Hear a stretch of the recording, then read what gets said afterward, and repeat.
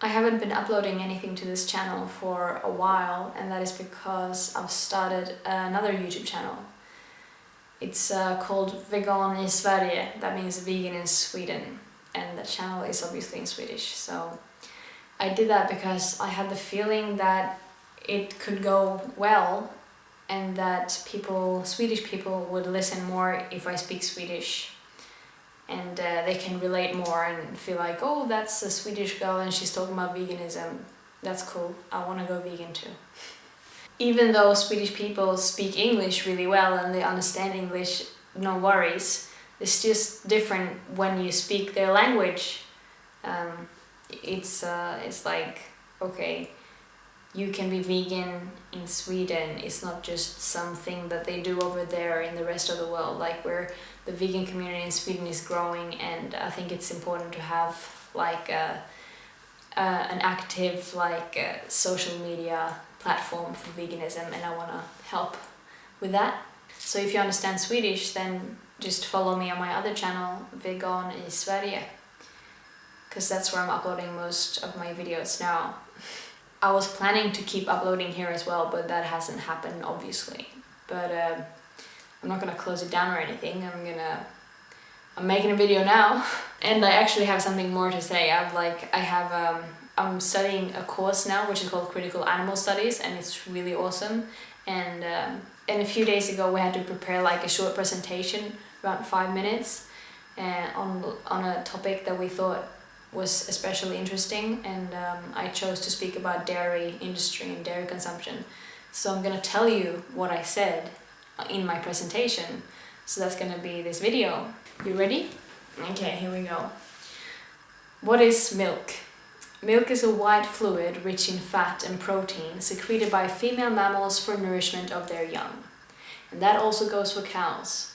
A mother cow is only producing milk for one single purpose, and that is to feed her baby. In today's society, there is a major confusion around this subject.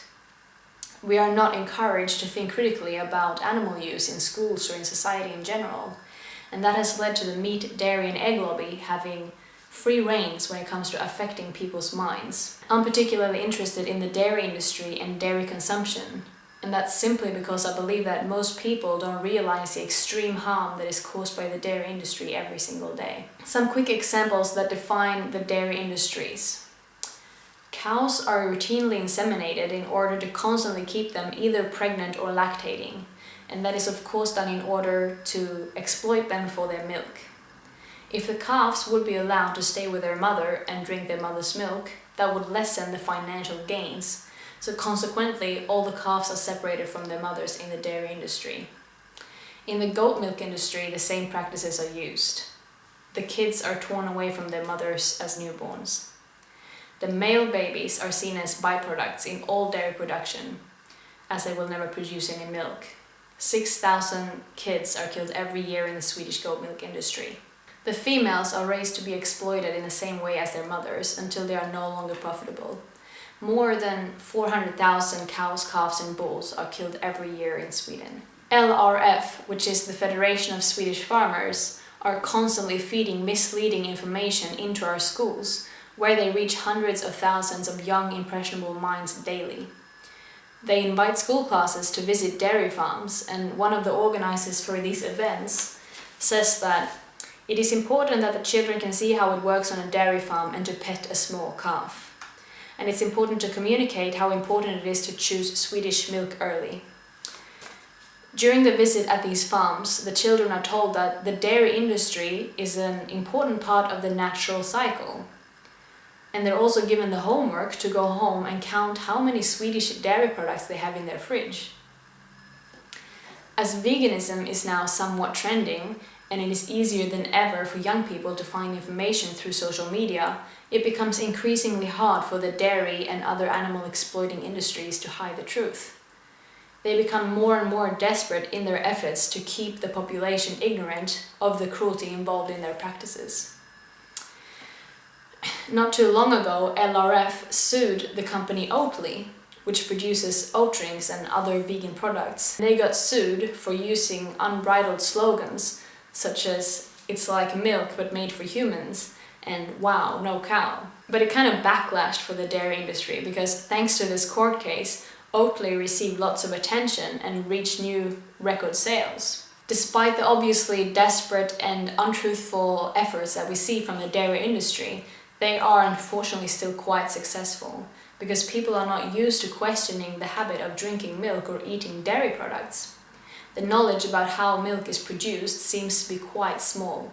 I went out on the street and asked some random people if they believe that a cow needs to be pregnant and have a calf in order to start producing milk. I noticed a lack of knowledge, especially amongst younger people. Do you think a cow needs to give birth to a calf to start producing milk? I don't think so. I think so. Tror du att en ko behöver föda en kalv för att börja producera mjölk? Ja.